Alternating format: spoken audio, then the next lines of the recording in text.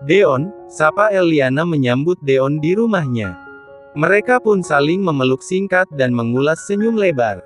Eliana melepas dan menangkup kedua bahu Deon. Kenapa baru ke sini? Maaf, banyak pekerjaan, Nyonya, jawab Deon. Nyonya. Bo Eliana. Ah, iya. Tante, ralat Deon mengusap tengkuknya dan meringis canggung. Eliana pun menggiring Deon untuk masuk lebih dalam. Lisa bagaimana kabarnya? Tanya Deon dengan langkah pelan beriringan dengan wanita separuh baya itu. Eliana menghela nafas lalu menjawab dengan wajah lesu. Lisa ada di taman. Ekspresi itu tentu membuat Deon penasaran. Kenapa wajah tante seperti itu? Tanyanya menghentikan langkah menghadap Eliana. Lisa. Setelah sampai di sini, dia terus-terusan menangis sedangkan kondisinya masih sangatlah lemah. Di pikirannya hanya ada Kinan. Dia begitu terpukul setiap kali teringat akan perceraian yang akhirnya menyelesaikan semua.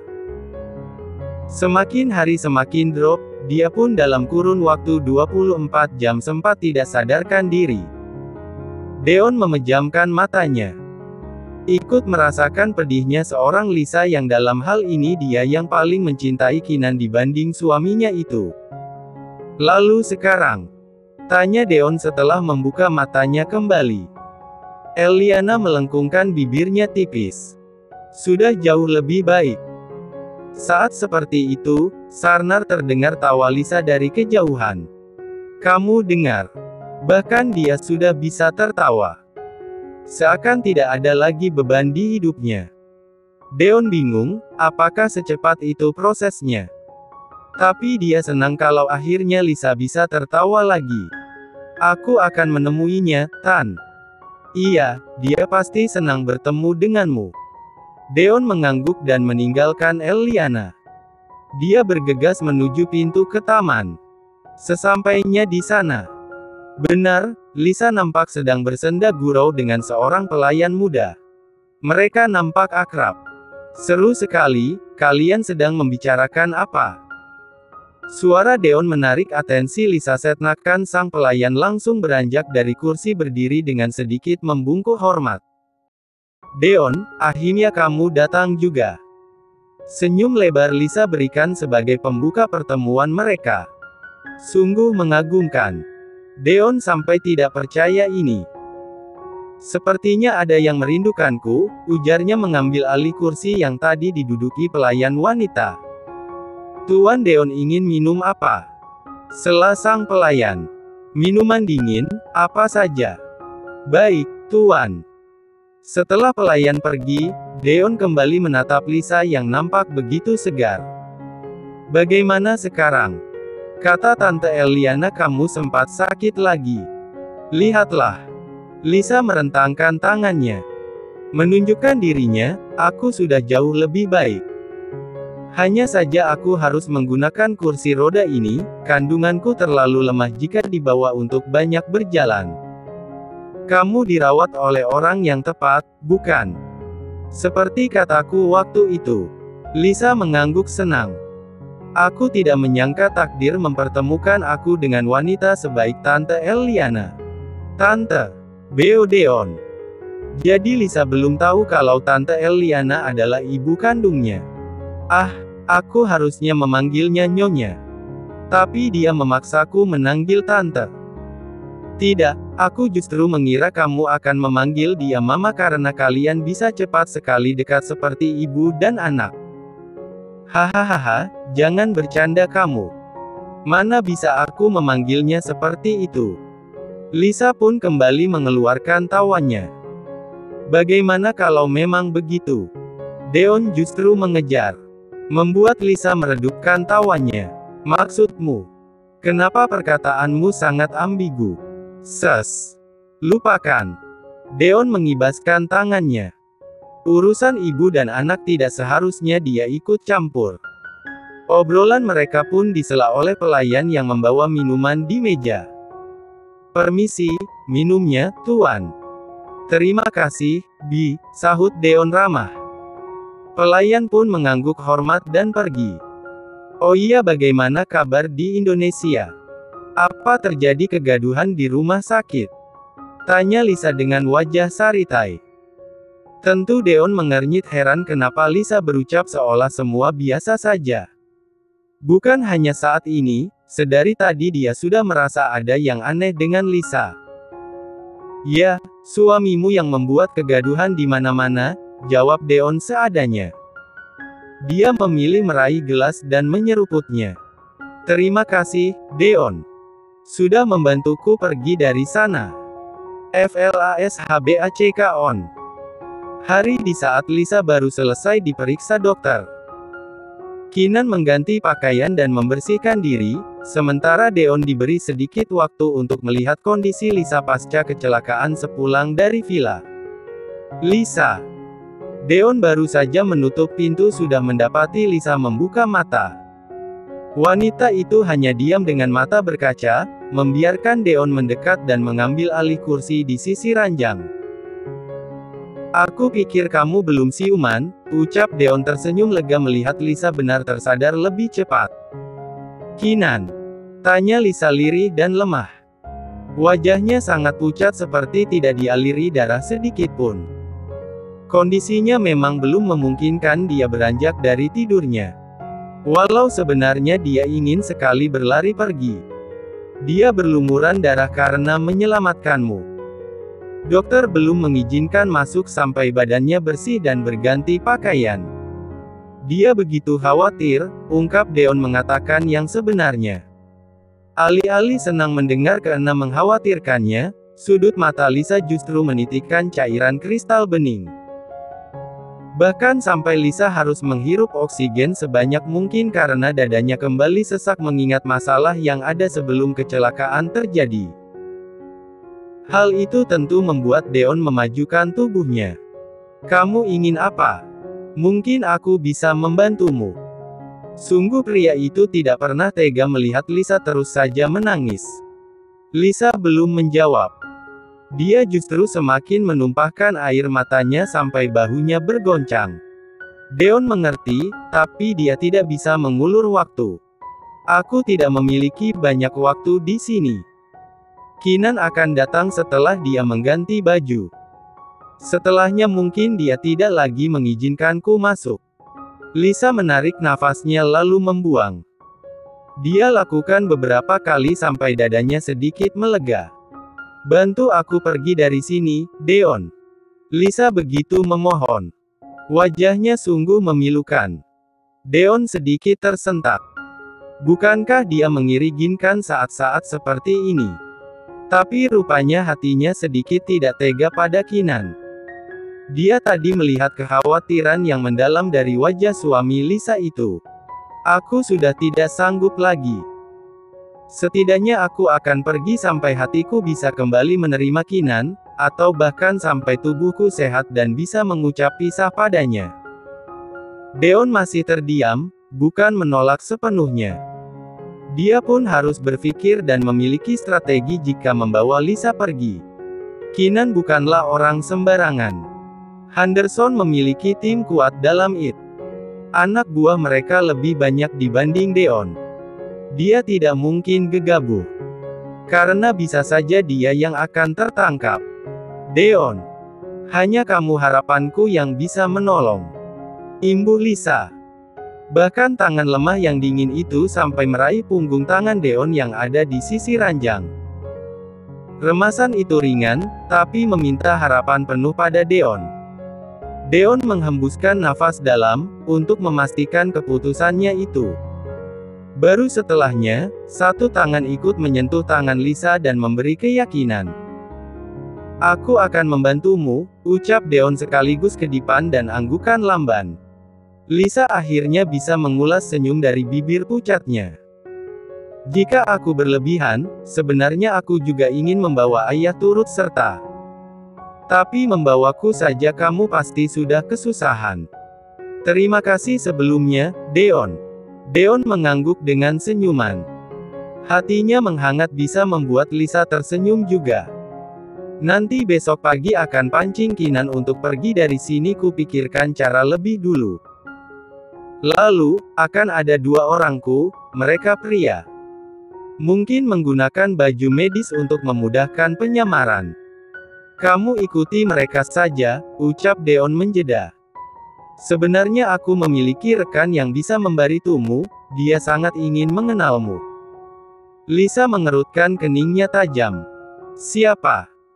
Dia seorang wanita, mungkin hanya dia yang bisa melakukan semua ini dengan mulus.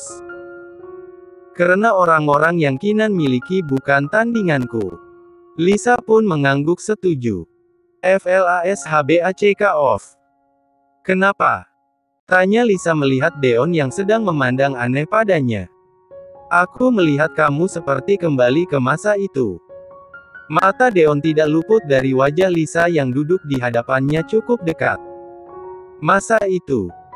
Ya, saat aku baru mengenalmu sebagai sekretaris Kinan di Morgan Group. Senyummu, sorot matamu, juga energi di setiap kata yang kamu ucapkan. Semua lepas tanpa beban. Dan saat ini aku telah mendapatkan rasa itu kembali. Lisa menengklengkan kepalanya, merasa perkataan Deon aneh. Oh, ya. Ya, sangat berbeda ketika aku membawamu pergi dari sana. Begitu redup, ungkap Deon.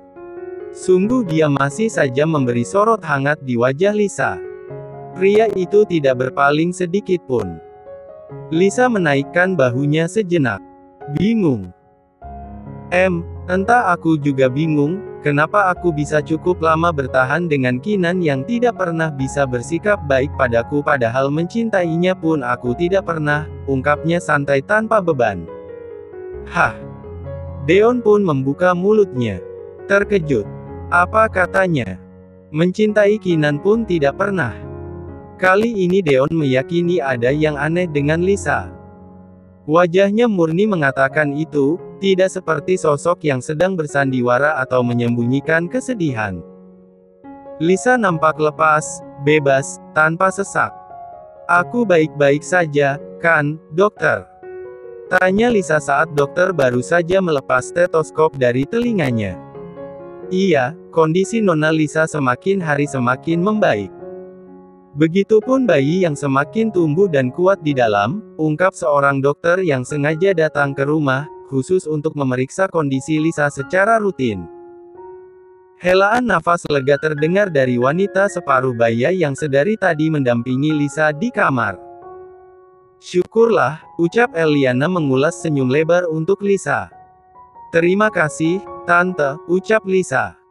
Untuk apa terima kasih, ini sudah menjadi tugas Tante. Tugas. Beo Lisa mengerutkan keningnya. Eliana kelepasan dan membuatnya tergagap.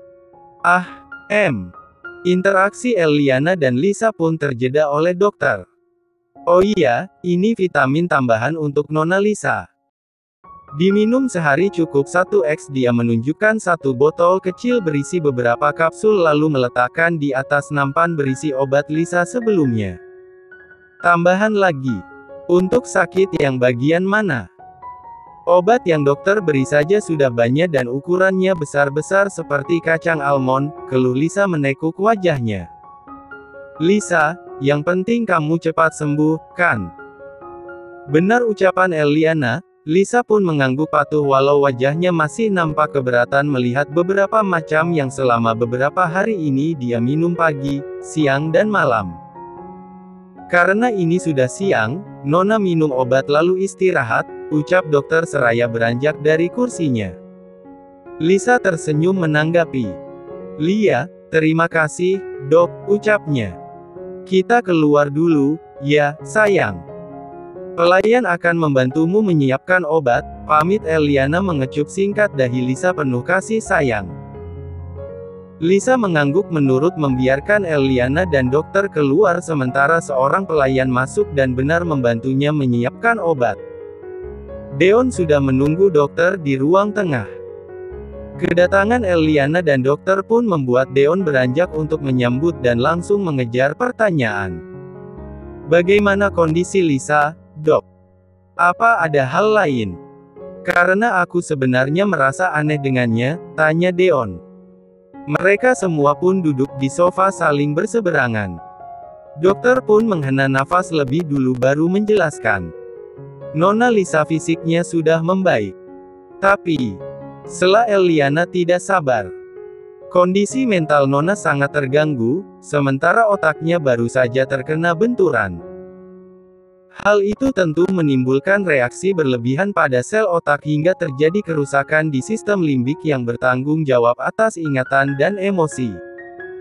Katakan dengan tepat, Dok, apa yang terjadi dengan Lisa?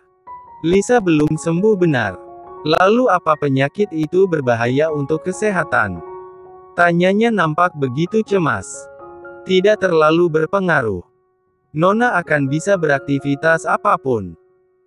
Saya sudah memberinya vitamin tambahan, supaya bagian saraf yang rusak bisa kembali pulih tanpa mengalami pusing berlebih, jawab dokter. Lalu bagaimana kalau aku tidak meminum obat itu, Dok? Suara wanita muda dari arah pintu penghubung menarik atensi ketiga orang yang tengah berbincang. Lisa Deon tersentak kaget mendapati Lisa sudah berdiri di sana yang kemungkinan besar mendengar perkataan dokter. Eliana beranjak dan mendekati Lisa. Awalnya wanita itu hanya ingin turun mengambil minum di dapur karena pelayan tadi sudah keluar lebih dulu. Tapi tidak menyangka dia mendengar obrolan dokter mengenai kondisinya. Nak, bukankah kamu harus istirahat? Eliana menyentuh bahu Lisa untuk mengalihkan suasana. Tapi rupanya Lisa tidak menghiraukan. Dia melihat sekilas Eliana lalu bergerak mendekat sofa, turut bergabung dengan yang lain. Eliana pun menghela nafas pasrah dan ikut duduk di samping Lisa. Jawab, Dok. Bagaimana kalau aku tidak mau meminum obat itu? Apa ingatanku itu tidak akan kembali? Tanya Lisa mengejar. Wajahnya nampak datar, tidak ceria seperti tadi. Bahkan jika meminum obat itu pun belum tentu semua bisa kembali dengan sempurna. Tapi setidaknya obat yang tadi saya beri bisa mengurangi pusing akibat sakit yang sedang Nona derita dan menyembuhkan fungsi saraf seperti semula. Eliana meraih satu tangan Lisa dan meremasnya penuh kasih sayang. Tenang, Lisa. Kamu pasti akan mengingat semua kembali. Kamu tidak akan kehilangan apapun, ucapnya meyakinkan. Lisa pun membalas tatapan Eliana dan berucap penuh keyakinan. Jika dengan melupakan rasa itu membuat aku selega ini, untuk apa kembali pada luka? Perang. Bingkai foto yang baru Kinan letakkan di meja kerjanya tidak sengaja dia senggol hingga terjatuh ke lantai dan pecah.